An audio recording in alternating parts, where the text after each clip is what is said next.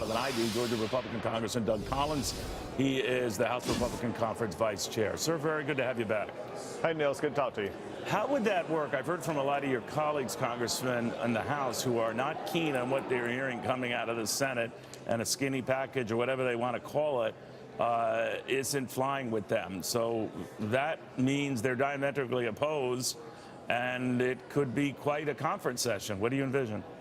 Well, I think if that's what the Senate's wanting to do is to send it to conference, then they probably pick the strategy to get it there. I think this is something that we've dealt with before, Neil. I've been on here. We've talked about this before. The House did its work. You've got to take this as a whole package.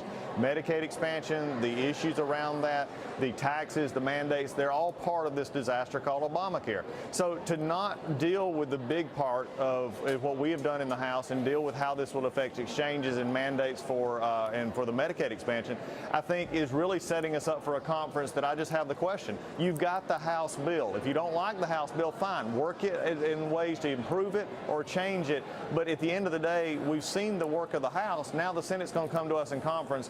And I would just like to say that the folks who are voting like yesterday against the repeal, the 7 who changed, I respect their right. But my question is, if you've got 200% increases in Alaska and premium increases, you've got these things going on all over the country, and you didn't have a replacement then, you know, I'm a little bit more into saying we need to go back and say this is bigger than a message. This is about the whole of American people, and that's our hope here in the House, because we need to get this stuff done. And the president is asking for it. The president is working for it. We need to focus and do that. You know, I know they're going to argue back, Congressman, this is the best we could do. We have a couple of members like Lisa Murkowski, Susan Collins, who no means no, and, you know, we'll respect their differences and all, but we're already between a rock and a hard place. This is the best we can do. Maybe we can carve out something down the road with our House friends like you.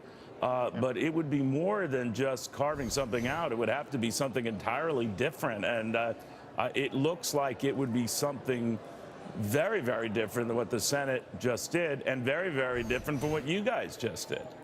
Well, I'm not sure. It may be different in maybe what's in it, but structural-wise, you know the parts that have to be dealt with here. And I think that's the issue that I'm trying to point out to our membership and also the Senate membership. You've got to deal with the taxes. You've got to deal with the mandates. You've got to deal with Medicaid expansion if you're truly going to make a difference in turning the trajectory around on health care in this country. I tell this to Neil up here. I do tours at night, and I have visitors when I go back home, and I speak to groups, and I tell them this. I said, when I get my voting card out, I have yes, no, and present. That's my only 3 choices. If I had perfect, I'd vote perfect every time. And all I would encourage my Senate colleagues and even my House colleagues as well is we don't have a perfect button. We've got to move this thing forward to get it better, because right now the Obamacare is in a death spiral. You can't fix what is that badly broken.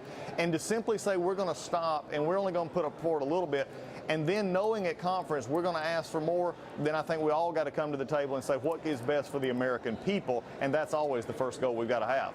Could I switch gears, if you'll indulge me, sure, sir? And it concerns this talk that maybe raised initially by Steve Bannon, the chief strategist of the White House, to put a surtax on the very rich, those earning over $5 million a year, to hike that to 44%. Now, I always look at those kind of, discussions as being trial balloons. Either they mean to go even lower than the $5 million because you can only get $18 billion or so out of that. But that this is telegraphing the White House stance that someone is going to have to pay more so they can sell this to the American people, and maybe to reluctant moderates, and maybe some Democrats. What do you think? Well, I think, like Ken said before, I think this is the trial balloon. I hope it doesn't go real high up, because this is something that we've fundamentally have looked at. Tax reform is something that we can work on every level. And you've got to understand the interaction between the middle class and the working, and then also, as you just said, where does that, we've seen it happen in others. You're going to tax, quote, millionaires, but then we end up seeing it go down as far as, in some cases, in some of these proposals, down to 250 to 300,000. I think what we've got to do is we've got to redo the entire system. We got to bring down individual rates, pass-through rates, the corporate rates. We've got to have a fundamental closing of loopholes that get us back to a tax system that actually works and puts capital back in use. And simply trying to play one off the other is something we've tried now for almost 30 years and see where it's got us. So I think when we begin tax reform and we get these principles out there, there'll be a lot of ideas. But let's go with things that work. Let's put the things in working that we know will work. And that is what we just talked about a comprehensive tax reform package that includes the cuts, includes the reforms, that makes it simple for the American people, and the world again looks at our economy and says it's already the best in the world. They also now have a tax system to go along with it. You know what I learned in this interview, Congressman? Besides What's the fact that? that you're a very smart guy, but you give tours. Yes.